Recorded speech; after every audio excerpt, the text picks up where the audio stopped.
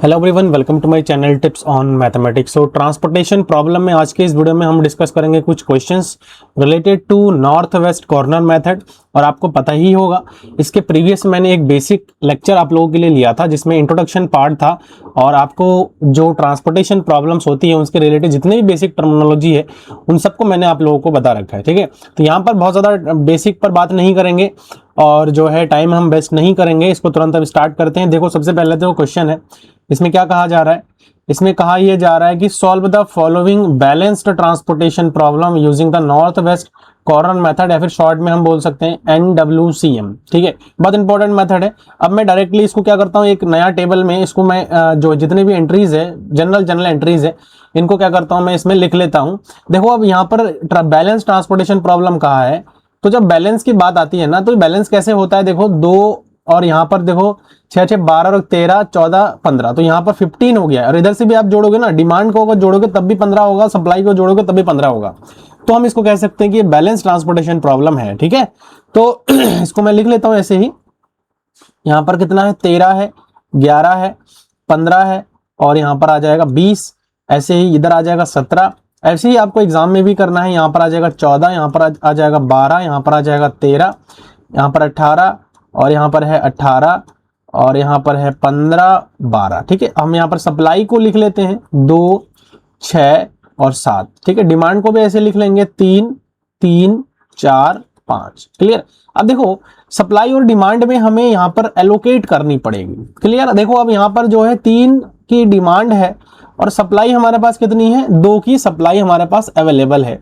तो जो मिनिमम हमारे पास है उनको हम क्या कर देते हैं? एलोकेट कर देते हैं। तो मिनिमम हम एलोकेट कर देंगे यहाँ पर। अब आपका सवाल आता है कि सर आपने 13 में ही क्यों किया है, आपने यहाँ पर क्यों नहीं किया? तो जैसे कि नॉर्थ वेस्ट कॉर्नर मेथड है, तो हमें कॉर्नर से ही हमेशा के लिए क्या करनी पड़ती है? स्टार्ट करनी पड़ती है। ठीक है, तो यहां पर हमने 2 दे दिया, तो जो 2 दे दिया तो यहां तो हो गया 0 और यहां पर कितना बचा? 1 बचा, क्योंकि 3 में से 2 गया तो 1 ही तो बचेगा यहाँ पे। अब हम इस क्या करेंगे, एक नया टेबल बनाएंगे और जिस नया टेबल में हम क्या करेंगे, अब देखो चूंकि ये 0 हो गया है पूरा टोटल, ये क्या हो गया है? 0 हो गया। ये वाली जो लाइन है S1 0 हो गया, तो S1 को हटा करके बाकी हमारे पास अब S2 S3 plus D1 D2 D3 और D4 वाला टर्म जो है हम यहाँ पर क्या कर लेंगे? बना लेंगे। तो यहाँ पर आप देखो, दोबारा से हम यहाँ पर क्या करेंगे, इसको बनाएंगे।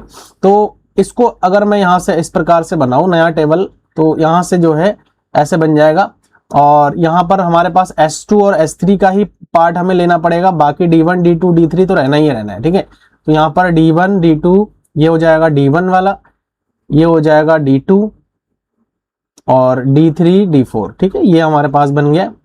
अब इसको हम यहाँ पर ऐसे ही लिख लेंगे, तो ये S2 हो जाएगा, यहाँ पर S3 हो जाएगा, S1 तो हमारे पास चला गया और ये है D1, ये है D2 और ये है D3 और ये है D4। ठीक है, अब सप्लाई डिमांड को हम बराबर कर देंगे। अब चूंकि यहाँ पर जो है 1 बचा, यहाँ पर 3 बचा, यहाँ पर 4 बचा और यहाँ पर 5 बचा। ठीक है, इसको लिख देता हूँ ऐसे। और जितने भी हमारे पास एलिमेंट जैसे जैसे बचे हैं उनको हम वैसे वैसे लिख देंगे। यहाँ पर बचा है हमारे पास 17, यहाँ पर बचा है हमारे पास 18, ठीक है, यहाँ पर 14, यहाँ पर 12, यहाँ पर 13, यहाँ पर फिर 18, यहाँ पर 15 और यहाँ पर जो है 12। क्लियर? अब जो है यहाँ पर तो 0 हो गया, इसलिए हमने पहले वाले को हटा दिया। दोबारा से हम क्या करेंगे, यहाँ पर हम सारे के सारे जो सप्लाई है उनको हम लिख लेते हैं 7। तो यहाँ पर आप देखो, अभी भी जो ट्रांसपोर्टेशन प्रॉब्लम है ना, ये जो टेबल है इसमें हमारा जो है बैलेंस रहना चाहिए। 12 13 यहाँ पर हो रहा है। ठीक है, तो और 5 4 9 और 10 3 13, यहाँ पर भी 13, मतलब अभी भी बैलेंस्ड है, तो बैलेंस होना चाहिए। अब अगला कॉर्नर कौन सा आएगा? ये 17 कॉर्नर है। तो कॉर्नर में आप देखो यहाँ पर 6 है और ये 1 है, तो सप्लाई जो है 6 की है और डिमांड हमारे पास कितनी? 3 की है। तो जो यहाँ पर मिनिमम होता है ना, उसको हम एलोकेट कर देते हैं। तो मिनिमम हमारे पास क्या है? 1 है, तो 1 को हम क्या करेंगे? यहाँ पर एलोकेट कर देंगे। अब चूंकि 1 को हमने दे दिया तो यहाँ तो हो गया 0, बाकी यहाँ पर कितना बचेगा हमारे पास? जब 1 दे दिया तो हमने सप्लाई में, तो यहाँ पर जो है 5 हो गया। ठीक, अब देखो ये टोटल 0 हो गया, तो जब 0 हो गया उसको हम क्या करेंगे? हटा देंगे यहाँ से, मतलब D1 है यहाँ से अब हट जाएगा। तो जब D1 हट जाएगा तो एक नया टेबल यहाँ पर जनरेट हो जाएगा। ठीक है, नया टेबल जनरेट कर लेते हैं, इस नए टेबल में बनाते हैं। देखो D1 हट गया तो बचेगा हमारे पास अब D2 D3 और D4। तो यहाँ पर 1 ये हो गया और इसको मैं ऐसे बना लेता हूँ, ये 2 हो गया।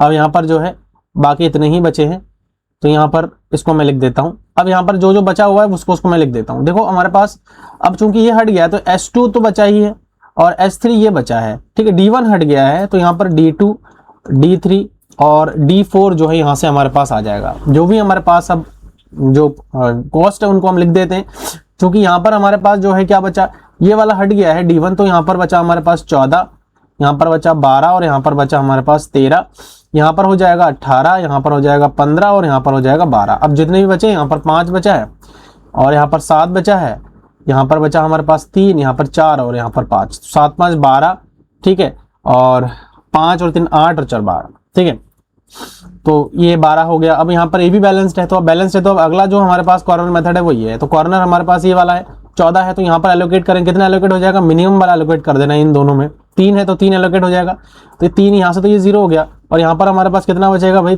5 में से 3 गया तो 2 बचेगा, ठीक है। तो जब ये 2 चला गया तो अब अगला देखो यहाँ पे नेक्स्ट जो टेबल है, तो अब बचेगा क्या क्या बचा यहाँ पे। अब देखो ये वाला D2 तो यहाँ से हो गया 0, तो बचा हमारे पास D3 और D4। तो अब यहाँ पर अगला टेबल बना लेते हैं, अगला टेबल बना लेते हैं। देखो इस टेबल में यहाँ से ये बन गया। अब D2 को हम हटा करके बाकी D3 और D4 यहाँ पर हमारे पास बचेगा, और इस प्रकार से यहाँ पर S2 और S3 बच रहा है, ठीक है। इसको मैं ऐसे लिख देता हूँ और इसको मैं ऐसे लिख देता हूँ। तो ये हो जाएगा हमारे पास S2, ये हो जाएगा हमारे पास S3, और ये है D3 और ये है D4, क्लियर। तो जो बचा हमारे पास वो है 12, ये है हमारे पास 13, ये है हमारे पास 15, और यहाँ पर हो जाएगा हमारे पास 12। अब इनके जो कॉस्ट सप्लाई डिमांड है उनको हम दे देंगे 2 और 7, और यहाँ पर जो है 5 4 9 और 7 2 9। तो यहाँ पर अब अगला जो हमारे पास कॉर्नर आ रहा है वो आ रहा है 12, तो 12 में हम एलोकेट करेंगे। देखो अब 2 और 4 है, तो मिनिमम हमारे पास 2 आ रहा है, तो 2 में ये तो 0 हो जाएगा और यहाँ पर 2 बचेगा, क्लियर है।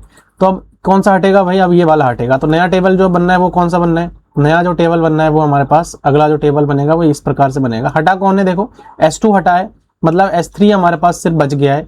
तो जब S3 बच गया है तो यहाँ से D3 और D4 भी हमारे पास क्या है, तो 2 यहाँ पर बन जाएगा इस प्रकार से। ये आ जाएगा हमारे पास D3 और ये आ जाएगा हमारे पास D4, क्लियर। तो यहाँ से जो D3 हमारे पास आ रहा है वो आ रहा है 15, और ये हमारे पास आ रहा है 12, और यहाँ पर देखो ये तो 0 हो गया है, ये तो 7 हो गया यहाँ पे, और ये वाला जो यहाँ से आ रहा है वो आ रहा है 2 और 5, तो ये 7 हो गया, ठीक है। नेक्स्ट बात करते हैं। देखो अब ये वाला कॉर्नर है, तो कॉर्नर में अब कौन सा, देखो यहाँ पर हम क्या करेंगे, सप्लाई जो है यहाँ पर 7 की है और यहाँ पर जो है 5 की है, तो ये पूरा हो जाएगा। तो यहाँ पर हम क्या करेंगे, 2 की सप्लाई यहाँ दे देते हैं और 5 की सप्लाई यहाँ दे देते हैं, ये भी 0 हो गया है ना, ये सब 0 हो जाएगा, अब यहाँ पर कुछ नहीं बच रहा है, ठीक है। तो ये इस प्रकार से जो है अब हमारे पास आ गया है। तो देखते हैं कितना बना है, 1 2 3 4 5, और यहाँ पर जो है एक एलोकेशन यहाँ पर बना है, 6 बना है। तो हमारे पास एलोकेशन के लिए एक फार्मूला होता है, वो फार्मूला आपको पता होना चाहिए कि नंबर ऑफ रो, ठीक है, total number of allocation, total number of allocation. तो टोटल नंबर ऑफ एलोकेशन कितनी होती है, रो प्लस कॉलम माइनस 1। तो रो हमारे पास कितनी है भाई, उसको देखो, रो देखो कितना है, नंबर ऑफ रोज हमारे पास कितनी है, 3 रो है और 4 हमारे पास कॉलम है, ठीक है। तो 4 हमारे पास कॉलम है, तो यहाँ पर आप चाहो तो 3 + 4 - 1, तो 4 और 3 7 में से गया, तो 6 हमारे पास टोटल नंबर ऑफ एलोकेशंस होनी चाहिए। अब हम चेक करते हैं कि टोटल नंबर ऑफ एलोकेशंस कितनी आ रही है, वो आ रही है 1 2 3, और इसमें आ रहा है 4 5, और ये हमारे पास कितना है, 6 आ रहा है, ठीक है। अब जो जितनी एलोकेशंस हमारे पास आ रखी है ना, अब हम क्या करते हैं, जो हमारे पास ये टेबल है, मैं इसी टेबल में ही आपको टोटल एलोकेट करके दिखा देता हूं, या तो एक काम करते हैं नया टेबल बना लेते हैं, सबसे बढ़िया रहेगा।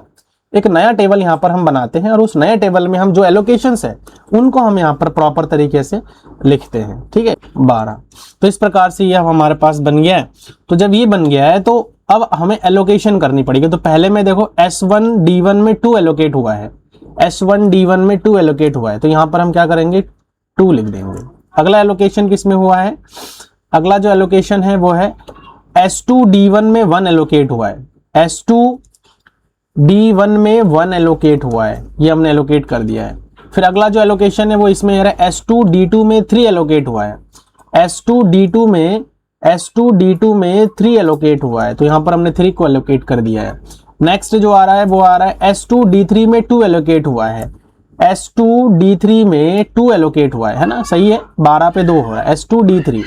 तो यहाँ पर S2D3 पर 2 एलोकेट हुआ है, तो इसको हमने एलोकेट ऐसे कर दिया है। नेक्स्ट जो हमारे पास एलोकेशन हुआ है S3D3 2 और S3D4 में 5, 2 और 5, ठीक है। S2D3 2 और S2D4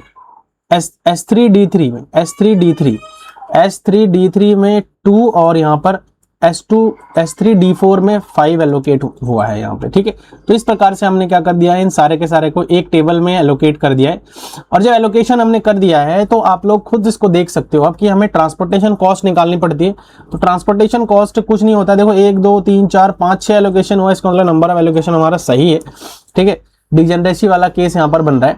तो यहाँ पर टोटल जो कॉस्ट आ रहा है वो कैसे निकलेगा भाई, देखो 13 गुणा 2 इस प्रकार से हम निकालेंगे, फिर यहाँ पर 17 गुणा 1, ठीक है, प्लस 14 गुणा यहाँ पर आ जाएगा 3, प्लस 12 गुणा यहाँ पर आ जाएगा 2, प्लस 15 गुणा यहाँ पर आ जाएगा 2, प्लस 12 गुणा यहाँ पर आ जाएगा 5, ठीक है। तो यहाँ से जो है कैसे बन जाएगा, यहाँ पर ये हो जाएगा 26, प्लस यहाँ से हो जाएगा 17 और प्लस यहाँ से हो जाएगा 13 कम 13 28 42 आ जाएगा यहाँ पे ना, प्लस 36 ये हो जाएगा, यहाँ पर हो जाएगा हमारे पास 30, प्लस यहाँ पर 12 पंजे 60 हो जाएगा। तो यहाँ पर आ जाएगा, देखो ये टोटल हमारे पास आ जाएगा। यहाँ पर देखो क्या है, यहाँ पर जो है ये गलत हो गया थोड़ा सा, 12 दूनी 24 आ जाएगा। तो यहाँ पर हम क्या करेंगे, इसको 24 लिख लेंगे और इसका जो टोटल सम आ जाएगा वो आ जाएगा 199। तो ये टोटल जो हमारे पास कॉस्ट आया है वो 199 जो है आया है, ठीक है।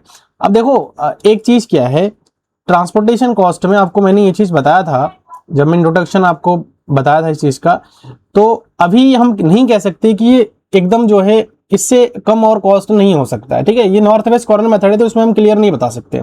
इसके बाद एक और मेथड होता है, ठीक है। इसके बाद वेब मेथड हम लगाते हैं, तो उसके बाद जाकर के हम जो है मोदी मेथड लगाते हैं, तब जाकर के कॉस्ट जो है फाइनल होता है। अभी फाइनल नहीं कह सकते कि कॉस्ट हमारा फाइनल ही है। एक क्वेश्चन मैं आपके लिए छोड़ रहा हूं, इस क्वेश्चन को आप एज अ होमवर्क जरूर ट्राई करना। सेम क्वेश्चन है, सब कुछ सेम ही है, बस खाली मैंने डिजिट आपका क्या कर दिया है, चेंज कर दिया है। इन डिजिट के साथ आपको जो है सॉल्व करके देख लेना है कि क्या इसका आंसर आ रहा है। कमेंट में आप इसका आंसर जरूर बताना, ठीक है। और नेक्स्ट आगे अगर मैं बात करूं तो यहाँ पर जो है हमारे टीम के द्वारा आप लोगों के लिए एक व्हाट्सएप ग्रुप लॉन्च कर दिया गया है, जिसको आप ज्वाइन कर सकते हैं इस कोड को स्कैन करके, ठीक है। और जब आप ये कोड स्कैन करेंगे तो आपके पास जो है मेरे पास नोटिफिकेशन आएगा, तो मैं यहाँ से अप्रूव कर दूंगा, तो आप ग्रुप में ऐड हो जाओगे। इस ग्रुप का मैं पर्पज आपको बता देता हूँ। यहाँ पर क्वेश्चन डिस्कशन रहेगा, जो आपका डाउट्स वगैरह है वो आप ग्रुप में पूछ सकते हो, ठीक है। तो आप जितने भी स्टूडेंट होंगे, क्योंकि ग्रुप नया है तो अभी बहुत ज़्यादा लोग इसमें जुड़े नहीं है, आप लोग एक करके जुड़ेंगे तो इस ग्रुप में हम बहुत सारी चीज़ें आगे करने भी वाले हैं। उसके बाद ये हमारा टेलीग्राम चैनल है, जिसको आप अगर ज्वाइन करोगे तो आपको जो इन लेक्चर से रिलेटेड नोट्स है वो आपको फ्री ऑफ कॉस्ट प्रोवाइड की जाएंगी, ठीक है। उसके बाद जो है हमारा फेसबुक पेज है, उसको आप फॉलो कर सकते हैं, और हमारे इंस्टाग्राम को भी फॉलो कर सकते हैं। साथ ही साथ जो हमारा व्हाट्सएप नंबर है, इस पर आप जो है अपना जो डाउट्स है उसको आप भेज सकते हो। इससे होगा क्या कि हफ्ते में जितनी भी डाउट्स हमारे पास आएंगी, इट मीन कि मंडे से लेकर के सैटरडे तक, तो इस एक हफ्ते के बीच में जितनी भी डाउट्स आएंगी, उन सभी डाउट्स को मिला करके संडे को एक टाइम पर्टिकुलर हम डिसाइड कर लेंगे। वो हम इन ग्रुप में जो है डिस्कस करके बता देंगे आपको कि किस टाइम पर हम जो है इन डाउट्स को सॉल्व करने वाले हैं। तो एक लाइव सेशन के थ्रू आपको इन डाउट्स का सॉल्यूशन मिलेगा, जो आप लोगों के तरफ से आएगा। क्लियर है? तो इसीलिए इसको जो है आप नंबर को सेव कर सकते हो। आप इस पे कॉल नहीं कर सकते हैं, कॉल जनरली रिसीव नहीं होगा इसमें। व्हाट्सएप ही आप लोग कर सकते हो उसमें, तो व्हाट्सएप मैसेज आप जरूर छोड़ दीजिएगा। उसके बाद जो है चैनल पर अगर नए हैं तो उसको आप लोग सब्सक्राइब करिए, क्योंकि देखा ही जाता है कि वीडियो वॉच करके आप लोग छोड़ देते हो, चैनल को सब्सक्राइब नहीं करते हो, जो कि थोड़ा सा डीमोटिवेशन का कारण भी बनता है। तो आप लोग उसको सब्सक्राइब जरूर करिए और अपने दोस्तों के साथ इसको शेयर भी करिए। मिलेंगे नेक्स्ट वीडियो में। Thank you so much.